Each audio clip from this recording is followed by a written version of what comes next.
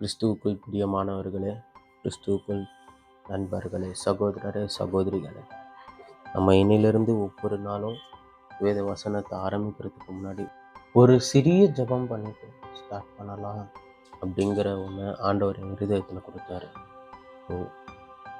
ஆண்டவரே, இந்த நாளை காண செய்ததற்காக மிக்க நன்றி. இந்த புதிய நாளிலே புதிய கிருபை நாள் எங்களை நிரப்பும் தேவா. உடைய வேத வசனங்களை நாங்கள் வாசிக்கும் போது வாசிக்கிற எனக்கும் கேட்கிறவர்களுக்கும் கர்த்தாவே, இந்த வேதத்தின் மகத்துவங்களையும் ரகசியங்களையும் நீர் அருளி செய்யும். ஆண்டவரே, நீர் சொல்லாம உம்மை பற்றி நாங்கள் தெரிந்து கொள்ள முடியாது. நீர் வெளிப்படுத்தாம உம்முடைய வேதத்தின் ரகசியங்களை புரிந்து கொள்ள எங்களால் முடியாது. எங்களோடு பேசும் நாள் முழுவதும் எங்களோடு எங்களை காத்துக்கொள்ளும். சட்டை நிழல் எங்களை மூடி மறைத்துக் கொண்டு வழியில் பாதுகாத்துக் கொள்ளும். இயேசுவின் நாமத்தில் ஜெபிக்கிறேன் பிதாவே, ஆமென், ஆமென். சங்கீதம் 75ஆம் அதிகாரம். அல்தஷ்கேத் என்னும் வாத்தியத்தில் வாசிக்கும்படி தலைவனுக்கு ஒப்புவிக்கப்பட்ட ஆசாப்பின் சங்கீதமாகிய பாட்டு. உம்மை துதிக்கிறோம் தேவனே, உம்மை துதிக்கிறோம். உமது நாமம் சமீபமாய் இருக்கிறது என்று உமது அதிசயமான கிரியைகள் அறிவிக்கிறது. நியமிக்கப்பட்ட காலத்திலே யதார்த்தமாய் நியாயம் தீர்ப்பேன். பூமியானது அதன் எல்லா குடிகளோடும் கரைந்து போகிறது. அதன் தூண்களை நான் நிலைநிறுத்துகிறேன். வீம்புக்காரரை நோக்கி வீம்பு பேசாதேயுங்கள் என்றும், துன்மார்க்கரை நோக்கி கொம்பை உயர்த்தாதிருங்கள் என்றும் சொன்னார். உங்கள் கொம்பை உயரமாய் உயர்த்தாதிருங்கள், இருமாப்புள்ள கழுத்துடையவர்களாய் பேசாதிருங்கள். கிழக்கிலும் மேற்கிலும் வனாந்திர திசையிலும் இருந்து தெய்வம் வராது. தேவனே நியாயாதிபதி, ஒருவனை தாழ்த்தி ஒருவனை உயர்த்துகிறார். கலங்கி பொங்குகிற மதுபானத்தினால் நிறைந்த பாத்திரம் கர்த்தருடைய கையில் இருக்கிறது, அதிலிருந்து வார்க்கிறார். பூமியில் உள்ள துன்மார்க்கர் யாவரும் அதன் மண்டல்களை உறிஞ்சி குடிப்பார். நானும் என்றென்றைக்கும் இதை அறிவித்து யாக்கோபின் தேவனை கீர்த்தனம் பண்ணுவேன். துன்மார்க்கருடைய கொம்புகளை எல்லாம் வெட்டி போடுவேன், நீதிமானுடைய கொம்புகளோ உயர்த்தப்படும். சங்கீதம் 76ஆம் அதிகாரம். நிகினோத் என்னும் வாத்தியத்தில் வாசிக்க ராகத்தலைவனுக்கு ஒப்புவிக்கப்பட்ட ஆசாப்பின் சங்கீதமாகிய பாட்டு. யூதாவில் தேவன் அறியப்பட்டவர், இஸ்ரவேலில் அவருடைய நாமம் பெரியது. சாலமேல் அவருடைய கூடாரமும் சீயோனில் அவருடைய வாசஸ்தலமும் இருக்கிறது. அங்கே இருந்து வில்லின் அம்புகளையும் கேடகத்தையும் பட்டயத்தையும் யுத்தத்தையும் முறித்தார். மகத்துவம் உள்ளவரே, கொள்ளையுள்ள பர்வதங்களை பார்க்கிலும் பிரகாசம் உள்ளவர். தைரிய நெஞ்சுள்ளவர்கள் கொள்ளையிடப்பட்டு நித்திரை அடைந்து அசர்ந்தார்கள். வல்லமையுள்ள எல்லா மனுஷருடைய கைகளும் அவர்களுக்கு உதவாமல் போயிற்று. யாக்கோபின் தேவனே, உம்முடைய கண்டிதத்தினால் ரதங்களும் குதிரைகளும் உறங்கி விழுந்தது. நீரே பயங்கரமானவர். உமது கோபம் மூலும்போது உமக்கு முன்பாக நிற்பவன் யார்? நியாயம் விசாரிக்கவும் பூமியில் சிறுமைப்பட்டவர்கள் யாவரையும் ரட்சிக்கவும் தேவரீர் இருந்தறின போது வானத்திலிருந்து நியாயத்திற்கு கேட்க பண்ணினீர். பூமி பயந்து அமர்ந்தது.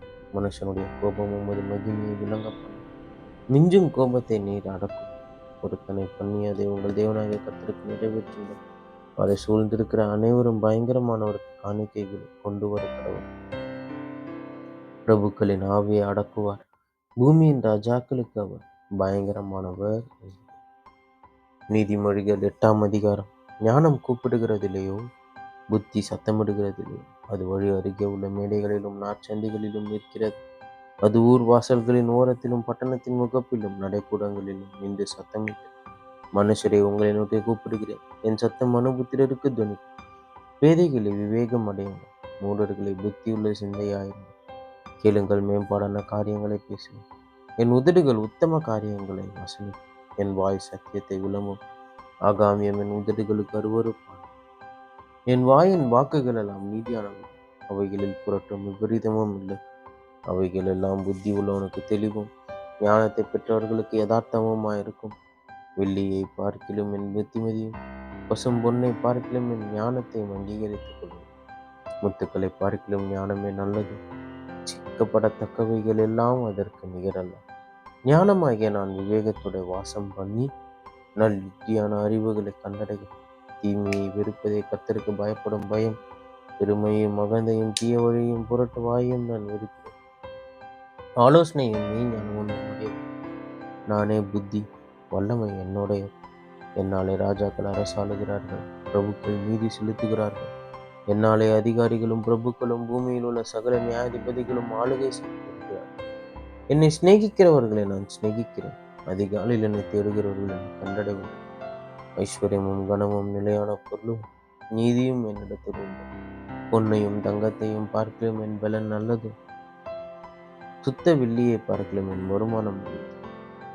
என்னை சிநேகிக்கிறவர்கள் மெய்ப்பொருளை சுதந்திரிக்கும்படிக்கும் அவர்களுடைய களஞ்சியங்களை நான் நிரப்பும்படிக்கும் அவர்களின் நீதியின் வழியிலும் நியாயப்பாதைகளுக்குள் நடத்துகிறேன். கர்த்தர் தமது கிரியைகளுக்கு முன் பூர்வ முதல் என்னை தமது வழியின் ஆதியாக கொண்டிருந்தார். பூமி உண்டாகும் முன்னும் ஆதி முதற்கொண்டும் அநாதியாய் நான் ஜனிப்பிக்கப்பட்டேன். ஆழங்களும் ஜலம் புரண்டு வரும் ஊற்றுகளும் உண்டாகும் முன்னும் நான் ஜனிப்பிக்கப்பட்டேன். மலைகள் நிலை பெறுவதற்கு முன்னும் குன்றுகள் உண்டாவதற்கு முன்னும் அவர் பூமியையும் அதன் வெளிகளையும் பூமியில் உள்ள மண்ணின் திரள்களையும் உண்டாக்க முன்னும் நான் ஜனிப்பித்தேன். அவர் வானங்களை படைக்கையில் நான் அங்கே இருந்தேன். அவர் சமுத்திர விலாசத்தை வட்டணிக்கையிலும் உயரத்தின் மேகங்களை ஸ்தாபித்து சமுத்திரத்தின் ஊற்றுகளை அடைத்து வைத்தாயிலும் சமுத்திர ஜலம் தன் கரையை விட்டு மீறாதபடிக்கு அதற்கு எல்லையை கட்டளையிட்டு பூமியின் அஸ்திபாரங்களை நிலைப்படுத்தினேன். நான் அவர் அருகே செல்ல பிள்ளையாயிருந்தேன். நித்தம் அவருடைய மன மகிழ்ச்சியாயிருந்து எப்பொழுதும் அவர் சமூகத்தில் கழிக்கிறேன். அவருடைய பூ உலகத்தில் சந்தோஷப்பட்டு மனுமக்களுடனே மகிழ்ந்து கொண்டிருந்தேன். அதனால் பிள்ளைகளே, எனக்கு செவி கொடுங்கள். என் வழிகளை காத்து நடக்கிறவர்கள் பாக்கியவான்கள். நீங்கள் புத்தியை கேட்டு ஞானம் அடைங்கள். அதை விட்டு விலகாதிருங்கள்.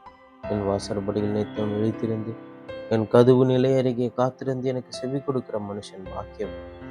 என்னை கண்டடைகிறவன் ஜீவனை கண்டடைகிறான், கர்த்தரிடத்தில் தயவையும் பெறுவான். எனக்கு விரோதമായ பாவம் செய்கிறவன் ஆத்மாவை சேதப்படுத்துகிறான்.